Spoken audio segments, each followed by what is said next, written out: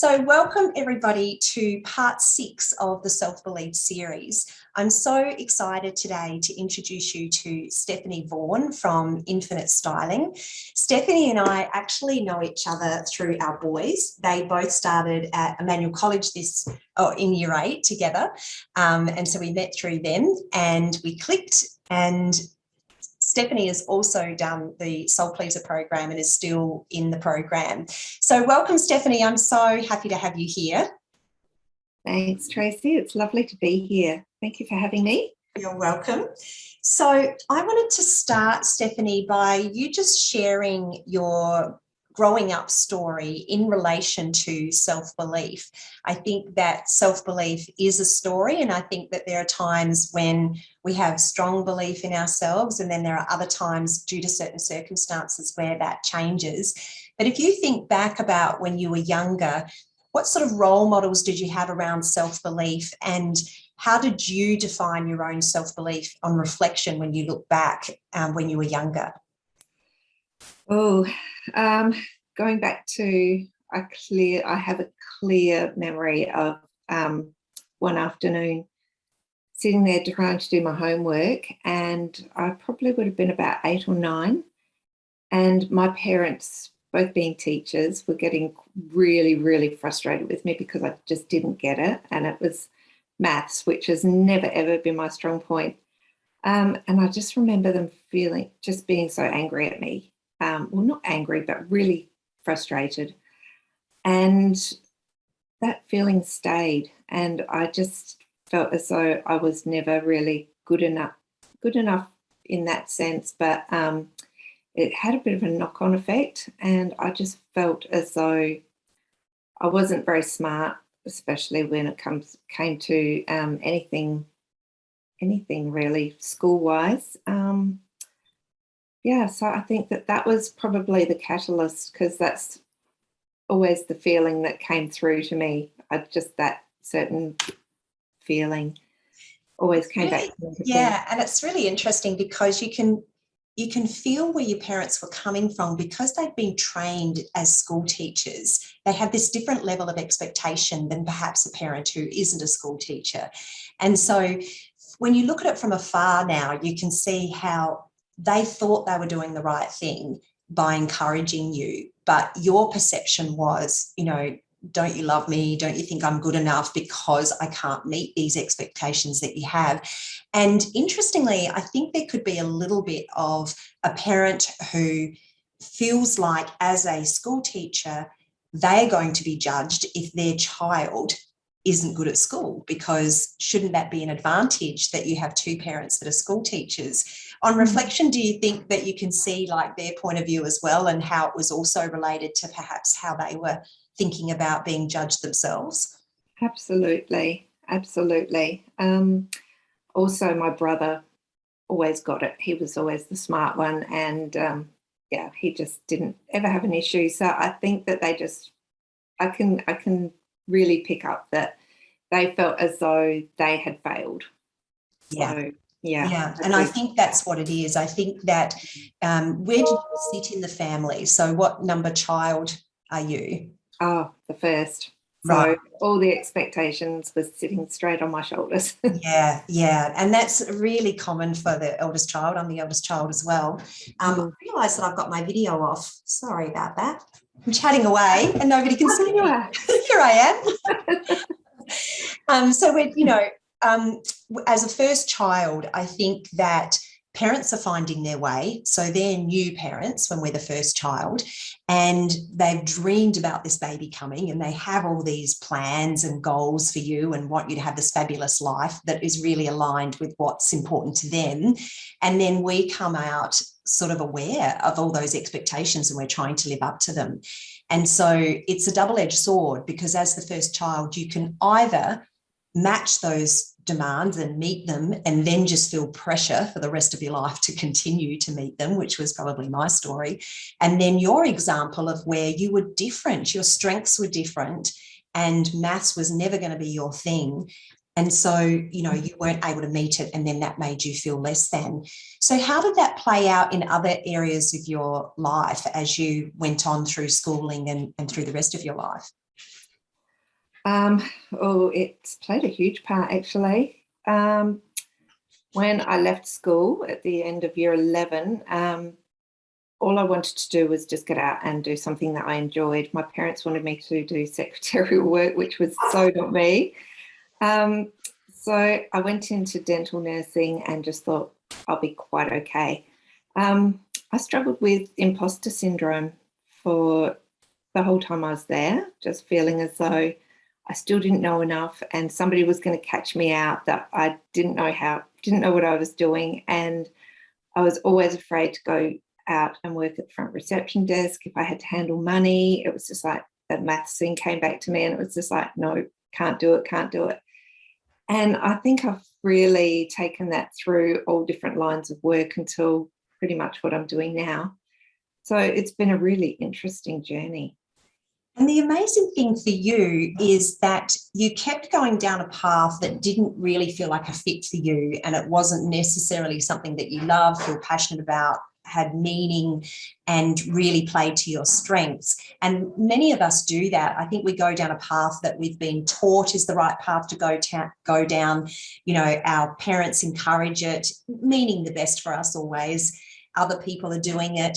But we don't, particularly if we don't feel good about ourselves, give ourselves permission to say, what would I like to do? What do I enjoy? What lights me up? I'm going to follow that.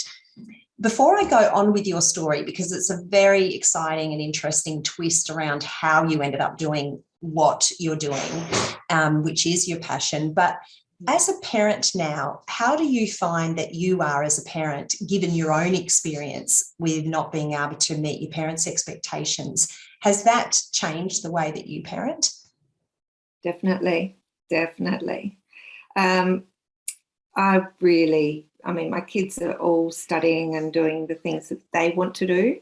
I've just always encouraged them to just follow their gut, follow their passion and enjoy what they're doing, because after living in so many different areas of not enjoying what I was doing, I just don't want that for them. Yeah. So, yeah, I've definitely picked up on that and have always encouraged them to do what they want. Yeah.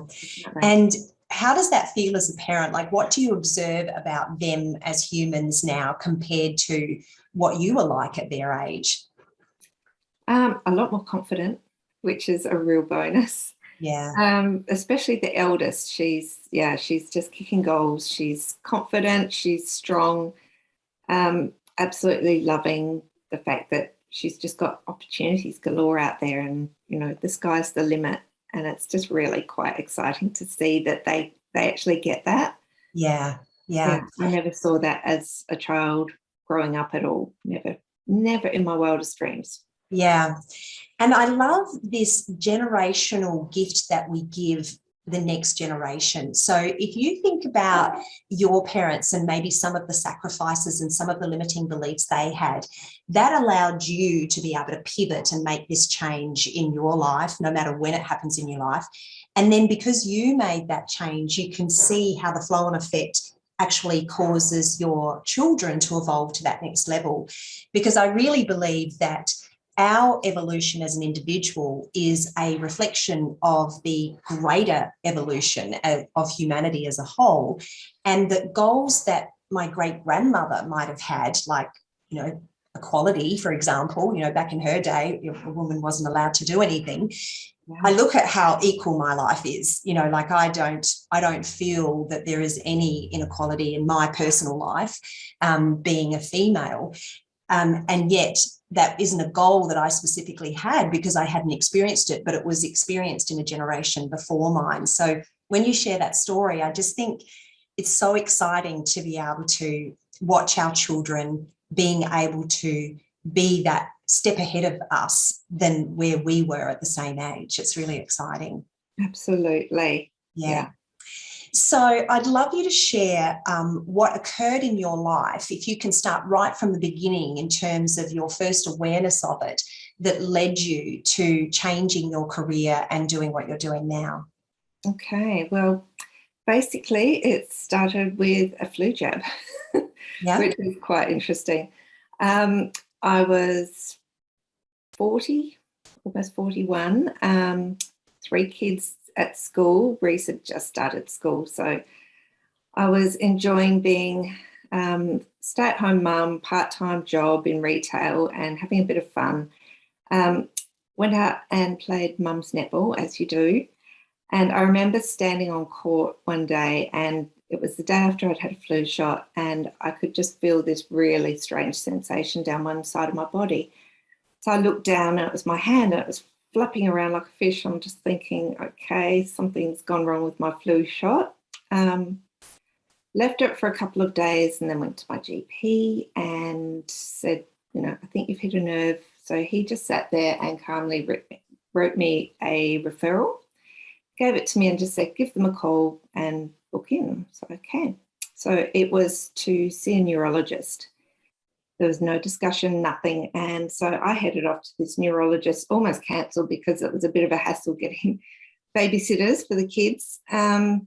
So I went along by myself, sat in the room, and I'd been seated for about a minute, and he just looked at me and said, so how are we going to treat your Parkinson's? And I had no clue, nothing. Yeah, it was just something that had never, ever entered my mind. And so how you felt in that moment when that word was delivered to you just out of the blue like that? Disbelief. I thought he was talking to somebody else. It just didn't feel real. So I just sat there, went through the little role of, it was a mix of emotions. It was disbelief to start with, but then the more he spoke with me, it was sinking in that he was actually directing everything straight at me. Stunned. I remember leaving the office and I just went outside and just sat on the side of the road in a gutter of all places, because that was just where I was drawn to. It was a weird place to sit. And I remember phoning my husband and he came and got me. And it was a really, really huge, probably one of the biggest shocks that I have ever had. Yeah. And how did your husband react when you told him the news? He was obviously devastated. We didn't know much about it. So we together sat there thinking the worst, thinking that's it for me being as I am. So I did have to do my research and go down the path, but I did it all very quietly. For some reason, shame set in. I felt ashamed of having a disease, worried about being judged. That was another thing. So I only ever told, my husband, obviously. We did talk to the kids about it eventually. I told my parents, and I remember Mum saying, we won't tell anybody else. Yeah. So then to me that cemented it's not something that we share. Yeah, it's something to be ashamed of. Yeah, although I think she was trying to protect me. Yeah. But but how I felt was, I held on to that as being shameful. Yeah. So I sat with that very quietly for about 9 years. And what did that do to your self-confidence, getting that diagnosis, having that big secret, trying to hide it from other people? Didn't do much for my confidence at all. I struggled for a very long time. I tried lots and lots of different ways of trying to push through. I took up running, first time ever in my life, set goals, and I just wanted to beat this disease and keep healthy and just do it my own way instead of going down the path of just taking all the drugs that they kept offering me. And I don't know. I just felt in my gut that I had to do something. So I took up running, looking after myself, eating better, exercising, and I went back to work. So I'd taken time off of work. I was working in retail doing fashion, which was something that I had loved, but for some reason I stepped out of it for a little bit after I was diagnosed. I didn't feel as though I belonged anywhere. Yeah. Why do you think that is? Why didn't you feel like you belonged in the retail space after your diagnosis? Probably because I was afraid of being caught out or found out that I had Parkinson's, because my hand would shake or my leg would shake and people would start to notice, and I didn't want that. So I guess I was sort of hiding myself and hoping that I would build myself up to be really strong with all the running, and in a way that was hiding still too. So, yeah. And if they noticed, what were you afraid of next? So yes, somebody noticed. Is it what they would think of you? Did you feel like, someone couldn't be in retail that had some sort of symptoms? I didn't want to be different. Okay. That was my biggest worry. I did not want to be different. I didn't want to be defined as that person that works there and they've got Parkinson's. I didn't want Parkinson's to define me, basically. Yeah, it's so interesting, isn't it? Because a lot of what we talk about in Soul Pleaser is that the joy that is available to us is so closely linked to us being unique. And yet in that time, the thing that you feared the most was being different. And yet that's the thing that we are here to celebrate, is that we are all different. Yeah. But it starts very, very young, that we're more acceptable if we go along with other people and that we're the same as them in some way. And so we're almost taught to not stand out in any way, whether it's positive or perceived negative. And so running, that's such an inspiration to me, because when I think about what we talk about in Soul Pleaser a lot is becoming aligned. And to do that, we need to be focused. And there are so many different ways of being focused. One of the ways that we talk about is meditation, but this can be really off-putting for people that haven't had any experience in meditation. But another way can be to run. And so your impulse at the time was related to being healthier. But what happened when you started running? Had you had any running experience before that, or were you new to running? I'd never run in my life. So starting running at 40, 41, it was it was a bit of a joke to start with, but I felt I could, because I was actually quite angry. I hadn't realised until I started running. And it was the anger that would push me and drive me. And then sort of after I got rid of the anger, it became a mind game. So it was very, very good for just that discipline and just strengthening my mind and knowing that I could actually do something. So I kept setting those goals, and it was, and reaching them. And I think that that's the key. I mean, that inspiration came to help you with your self-belief, because you showed yourself that you could do something you'd never done before, and then you could gradually stretch yourself and run further and further and reach those goals. And that's what, it doesn't matter where we start to increase our self-belief. I think that's really important message for everybody watching this, is that if you know that you would like to have more confidence and more belief in yourself, you can start with anything. And for you at that time, it was running, and you could feel good about yourself for achieving those small goals and then gradually adding to that incrementally. And so how did it come about that you started your business, which was a flow-on effect of what you were experiencing as a result of your Parkinson's diagnosis?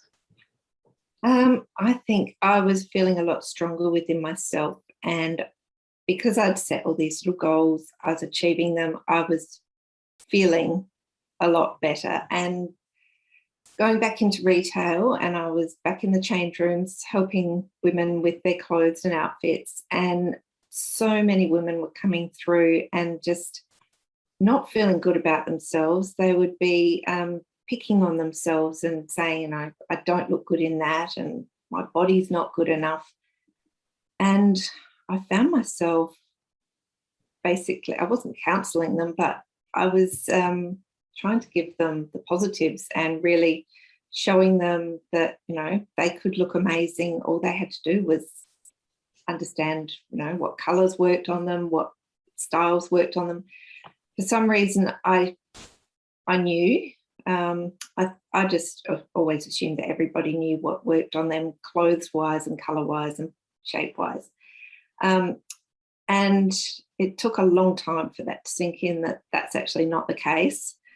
So I think helping women to feel better about themselves in the clothes that they were trying on and loving and then walking out the door in, that was the beginning. And then just having women say to me, you know, I wish that you could come and help me with the rest of my wardrobe. And I did. So that was basically the catalyst. And it was all about helping others to actually feel good. And what I love about this is that you could really relate to them, because due to the diagnosis, things changed for you physically, which meant that you couldn't wear the things that you used to wear. So, for example, high heel shoes, you couldn't keep wearing high heel shoes. And so we can have a certain style at a certain age when we're completely physically able. I know for me, we were talking about this the other day, that because I've had neck problems for years, that I've got to the point where if I wear a pair of heels, I will get a headache. It's almost a guarantee. And in the end, I have to find an outfit that's going to work without the high heels. Otherwise, I'll pay for it. So what was your personal experience with having to adjust your styling to suit your physical status? It was mostly the heels. It did change, but then along the way, I have realised that our style changes all the way through our lives anyway, which it's taken me this long to realise. It's been, just tweaking things and adjusting things it's been a bit of fun, to be honest. Yeah. I haven't hated it, because I do actually quite like reinventing things and reinventing my look. And even last year I had foot surgery. We were talking about bunions. So I had bunions removed from both feet. So now I live in sneakers, and I'm quite happy with that. So my entire style again has changed, just so that I can wear sneakers or a really comfortable shoe.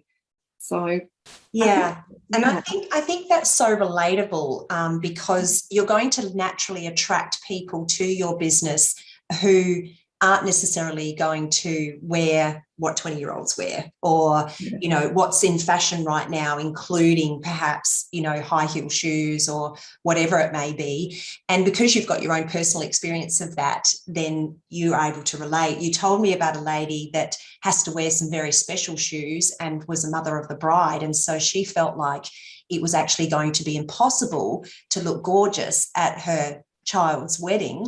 But you were able to help her find the perfect dress to wear. Yes. You could barely see the shoes, but she was so happy. She was comfortable, and it was just a load off of her mind, because she had built it up to be a really big deal, thinking the whole day was going to be ruined because she was going to have awful shoes, or otherwise she was going to have to be really uncomfortable in some lovely shoes. So just, helping people to actually find things that are going to be perfect for them and help them to feel comfortable and good. That was a really, really, really lovely lady to work with. Yeah.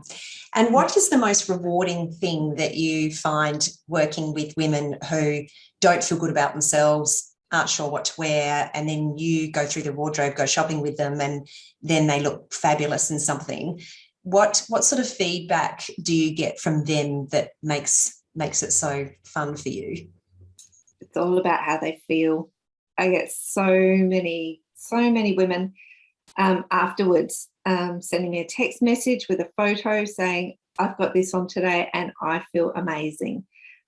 Just to see their confidence grow, and then they start playing and they start mixing, matching, just having a bit of fun with things where they never would have done that before.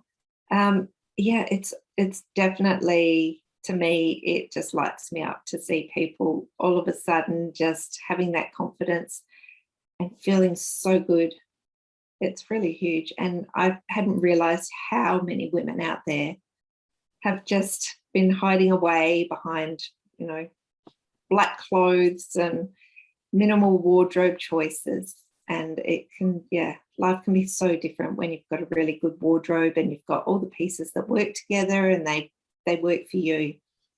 And that's the key, I think, that they work for you. And it comes back to this being different. The thing that you were trying to avoid is to be unique and to trust your instincts. What I've found with my increase in confidence is that I go into a shop and I just know if I love something. It's just a feeling that I get. I just fall in love with a piece rather than going, oh, would this look good? And you've kind of got other people's opinions in the back of your mind. It's like you're choosing based on what would they think, would people like this?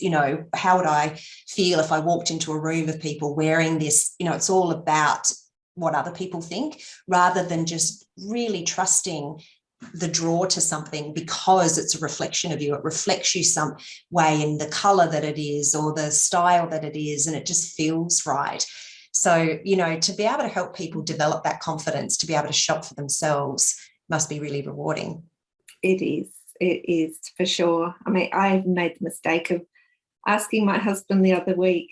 I'd put an outfit on and I knew it was fine, but I just did the throwaway. Does this look okay? And he said, oh, actually, no, not the shoes. And I fell apart. I was just like, oh my gosh, I could run out the door in 2 seconds. And then it just came back to me that I had actually checked and I was fine. And it was just his opinion. It was his thought. He thought he was probably doing the right thing, putting in his 2 cents worth. But yeah, it's about, as you said, it's instinct and trusting yourself and just owning it. Feeling. It is a feeling. Yeah. So when you became interested in Soul Pleaser, what was it, do you think, that drew you to doing the program? You've had this self-belief journey going all the way through all of this. Where were you at the time where you thought you were ready for that next level of self-belief? I had recently been through a bit of a journey financially with homes. We went through a lot of really crazy times. My parents weren't well. I was being a carer. I think I was just being pulled in so many directions that I forgot how to say no, and I forgot who I was. I had no time for me. And so I think it was you sent me a message saying, are you okay? I'd picked up Reese from your house because he'd had a sleepover.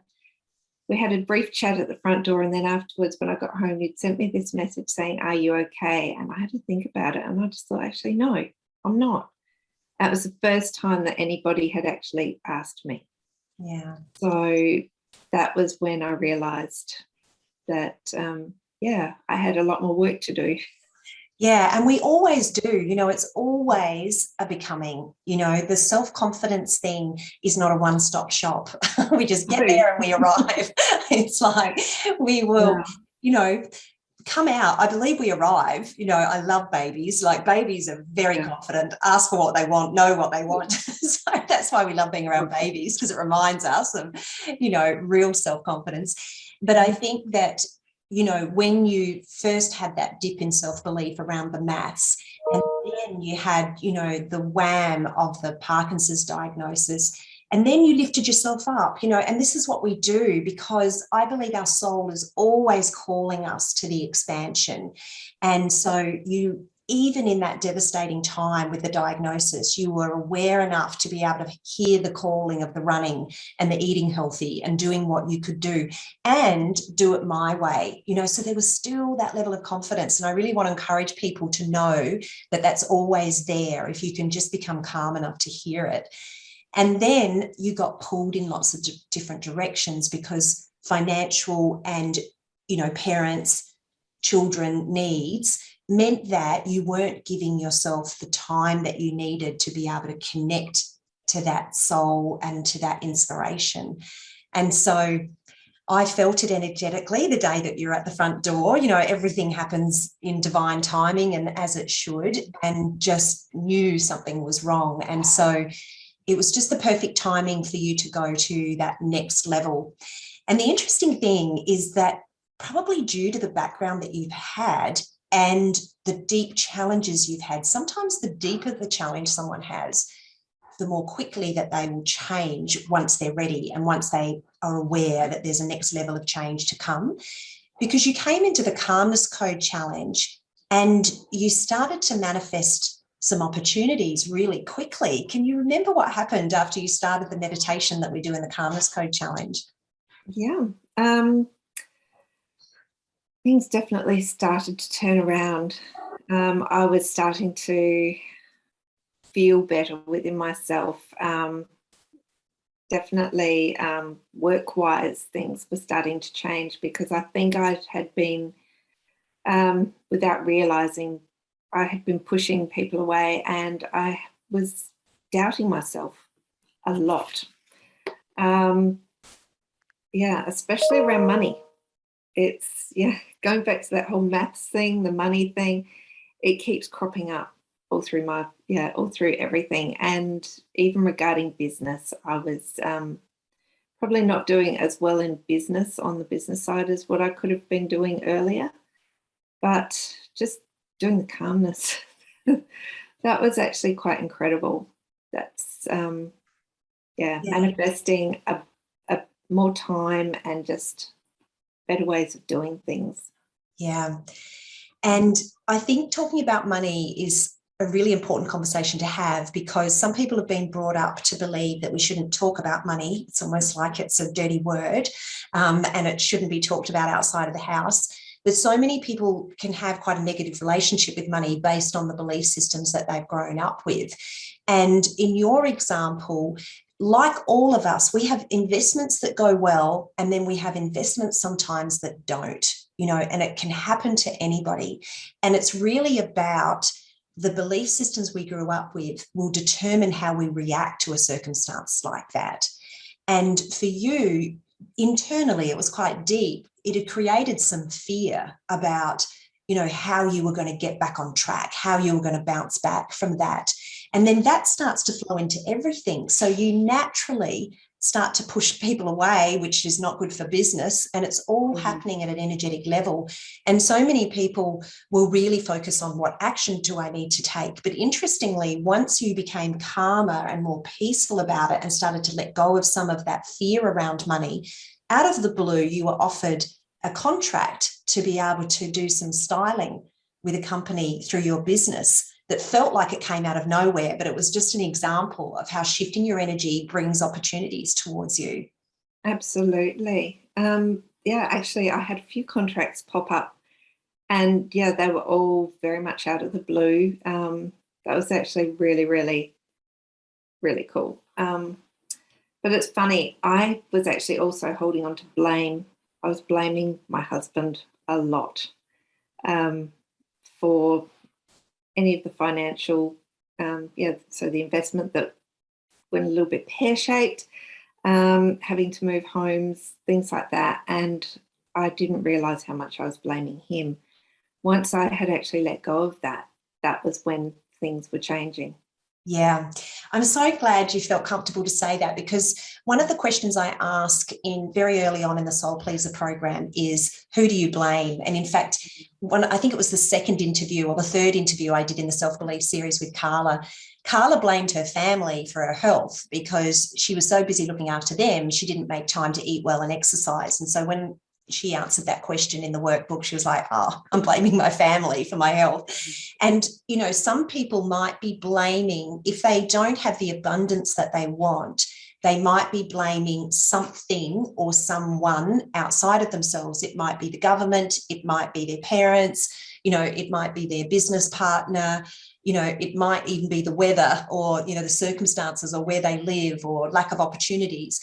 But this gives our power away, and this really reinforces the idea that we have no control over what we create. And that's so disempowering, because as soon as we blame someone else, then how on earth can we make our life better if we rely on all of these other people or things to be just so? And it also causes a vibration or a negative emotion that is literally the block to everything that you want that's trying to come to you. And it's like you've got a big stop sign, like, don't come in because I'm really pissed off. you know. And I so, was. do the work, write the forgiveness letter, let it go, realize that we can turn any situation around. We can get so focused on the current reality or dwell on the past rather than focusing on what we want. And the magic is in shifting our attention to what we really want. And then it doesn't take long for what we want to show up in surprising ways that we couldn't have manipulated or made happen if we'd have done it ourselves. That's so true. So true. I've been doing the morning mantras every morning. Even that is enormous in itself. I hadn't realized how much power just meditating and listening to anything that lifts your vibration that high first thing in the day. It's been really incredible. Yeah. And I think it's really lovely for people watching this to meet someone like you and feel how different a high vibration can feel with different personalities. You're so calm and quietly spoken. It can be in lots of different personalities, but you can still feel it coming through. And that's really what your clients feel. So yes, they like the clothes that you help them find, but also there's a sense of safety to be around you because you're not judging them. Do you feel like that could be part of what's going on? It's always, yes. It's funny because for years I always thought, just looking back at other stylists who I knew of, I always think Trini and Susanna, Gok, all these people come straight to mind. They're all loud and they're out there and they're happy to jump on a microphone and they're, doing fashion parades and things in front of audiences, and they're totally fine. That sort of stuff absolutely scares me. So I am fairly quiet and I am quite calm, and that's something that my clients usually always pick up on, and they love it because they know that we can just sit there and we can just talk calmly. They know they're not being judged because I never judge people. Yeah. So it's really, it's definitely interesting thinking, after thinking all these years that, I should be out there bouncing around and shouting. Yeah. I don't need to. No. Yeah, exactly. And it comes back to that time when you didn't want to be different. You didn't want to be different to your parents and not be good at maths. You didn't want to be different to, the people in retail and, have a shake in your hand. And ultimately, the success that you're experiencing in your business now is because you are being different. You're being who you are. And there is a unique soul signature that I believe we all have. And there is a unique group of souls that were always going to be called to us to get the help that they need.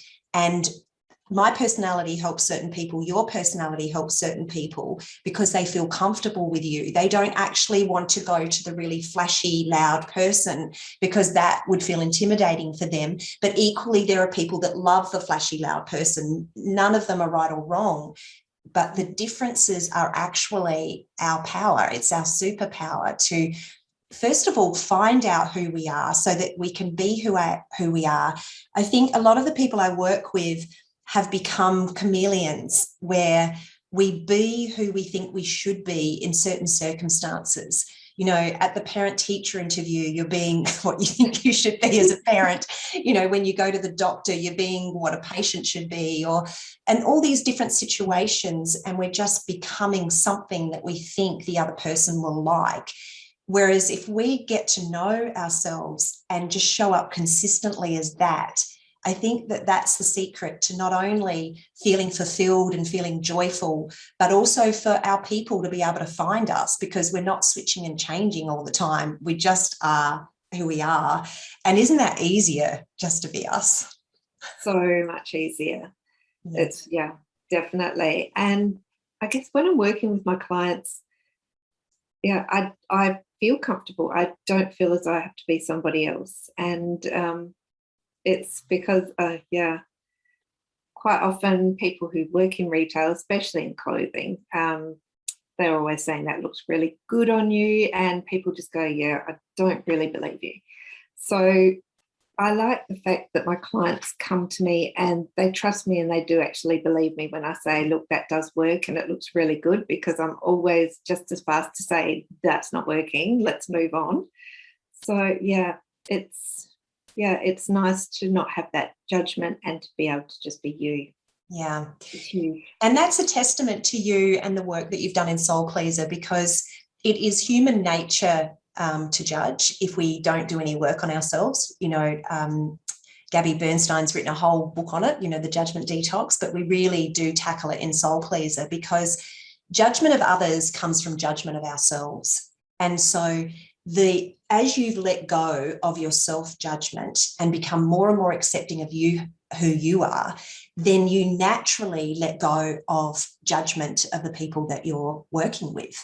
And so you can be honest with them because you're not afraid of hurting their feelings, because you know your intention is pure, that you do not want them to buy an outfit that doesn't work for them. And when I'm dealing with a client and I can see the limiting belief underneath what they're saying, I don't serve them by ignoring it and just let them go on. I'll say, you're believing this and it's not true. That's what's coming through, because you're confident enough in yourself to know that you don't have to impress anyone. You don't have anyone, you're not trying to get that feedback from somebody or that recognition or approval. It's just the truth. And it's really about alignment. And a lot of it is related to the discipline that you've had, which you've shown both with the running that you did on your own, but also now with the tools that you've learned through the Calmness Code Challenge and the Soul Pleaser program, to consistently make feeling good your priority. And, that feels selfish to a lot of people, that we would put ourselves first and feel good. But I know for me, if I miss a day, the day doesn't go as well. Do you experience that? If you ever, for some reason, don't do it, it's just not the same. Absolutely. And then I'm scrambling by the end of the day just to try and get some of that good feeling to come back. Yeah, I definitely do understand that now. Yeah, it just puts you on the front foot. It gets you off to a great start to your day, and it builds. I think that when anybody does something new, sometimes if they don't get instant results, it's easy to give up and say this isn't working. What would you say to somebody who is not in the habit of making their feelings a priority and doing anything about it? What would you say to them about starting, and if they fall off the wagon, getting back on? What is your experience of that been? Yeah, I have fallen off the wagon a few times. Definitely stick with it. It is so, so worth it. It's not that hard to get back on either. Sometimes it builds up and you feel as though it's something big that you've got to jump back into. But it's just baby steps, even just going for a walk down the beach, which I found the other day. I was feeling a little bit out of sorts. So I took my shoes off, went for a walk along the beach, came back to me and just had that quiet time. And that was really nice. So that was the start of just getting sort of that positivity and that higher vibration back again, which was so good. And I've managed to keep it up. It's just like putting on an outfit in the morning that you feel good in. It makes such a difference to your day. Yeah. That's for sure. And some people might have some fears around doing this level of inner work, or it might just be a bizarre idea, really, because mostly when you do a course to learn how to do something that's going to, increase the profits in your business, or, you're going to learn a skill like, become a carpenter or become a physiotherapist or whatever. Did you have any reservations or fears around doing a program like Soul Pleaser? To start with, I didn't think I could meditate. That was probably my first block, because I remember sitting there reading everybody's comments saying how they saw all these amazing things. They saw lights, they saw things dancing, and I was just thinking, I heard my dog snoring and I heard the cars go past. I didn't see a thing. So, I think that was probably my biggest hurdle, was to actually realise that I can meditate. But and there's different ways of meditating. That's been probably the biggest thing that I have learned sort of early on in Soul Pleaser, is that you don't have to be sitting there quietly with, background music or whatever. You can actually meditate in the car, which I do sometimes. I go down the beach and I can meditate, but just in different ways, just of, not thinking 1,000 thoughts about everything, but just taking in my environment and actually being aware. Yeah. So that's really nice. I'm glad you used that example, because I get so many people saying that. They say to me, oh, I can't meditate, or I'm not very good at meditating. And it's so foreign to think of something that you can't be good at it. Like, it's just not, that's the whole point, is you're not trying to be good at something. And there are so many different ways to do it. And if you understand the intention of it, which is just to feel better, then you could take 2 deep breaths, in the middle of the day, and feel a bit of relief. And that's a form of meditation, because it's centered you and it's pulled you out of your head and it's shifted your emotions so that you feel a bit better. And that's what relief is. So I really appreciate you sharing that example. And now it's just a part of your routine, because you do it because it feels good. And it's not like a discipline where you think, I have to do this. I'd rather do it because I'm going to have a better day by doing it. Absolutely. And I've found it really handy working with clients. I have several clients who become really anxious shopping.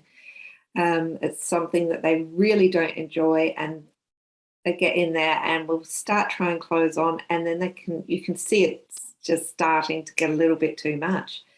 So just knowing the fact that breathing is so good, I've been using that a little bit, and just asking my clients just to stop, do some breaths with me, and it can just help to reset, which has been really, really helpful. Oh, that's amazing. That's a great gift. So on that note, Steph, can you please share a little bit about your business and how people can contact you? Absolutely. So my business is Infinite Styling. So I do wardrobe edits, where I can come through, look through all the wardrobe items. We usually weed out anything that's no longer serving you. We can also do a bit of mix and matching. Quite often people have pieces in there that they just do not know what to do with. We usually try and find friends for the pieces that don't have anything much. If they really don't have anything, then we move them on. I also do shopping sessions. So I meet up with my clients after I've done a pre-shop for them. So I go and pre-select items for them to try on. So that way the overwhelm is removed, because we can walk straight into a change room and everything is there waiting for them. And I also do lookbooks. So we basically do lots of mixing and matching and outfitting within your wardrobe, which I can do virtually as well as in person. So that's really very helpful. And so I basically just help people get their wardrobe on track. So for somebody who doesn't live in Adelaide, is there a way of you zooming in and helping them with their wardrobe and then helping them shop? Absolutely. So I do have a virtual styling package. So can jump onto my website and just send in an inquiry. And everybody needs something different. So I always tailor my packages to individual needs. I can definitely do virtual styling sessions via Zoom to do a wardrobe session. And shopping, I usually put together a whole bunch of links. So for people who like to shop online or only have access to shopping online, we can definitely work together that way as well. Oh, fantastic. Stephanie, I really appreciate how vulnerable you've been today. You've told us a lot of secrets, and I hope you feel okay about it, because I just really believe that so many people can be inspired by your story and know that no matter what we're dealt with, we can become calm and joyful and find our place in the world where we feel confident in who we are. And really, like we said the other day, you are a self-confidence coach. You just happen to do it through your skills of being able to help someone feel good in their clothes. So it's just another way of getting to the same place. Thank you. And thank you so much, Tracy. honestly, your program it's changed my life big time. So thank you so much. I'm really loving it. Oh, you're welcome. You're welcome. Thank you, everybody, for coming on live today. Does anybody have any questions for Steph? Type them in the chat box if you do. If not, I will share the link in the Facebook group. Simone said, I've been inspired and love your demeanour, Stephanie. And you will be able to reach out to Steph through her website. So thanks, everyone, for joining us. And thanks for those of you who watched the recording. Thanks again, Steph. Thank you. Bye, everyone.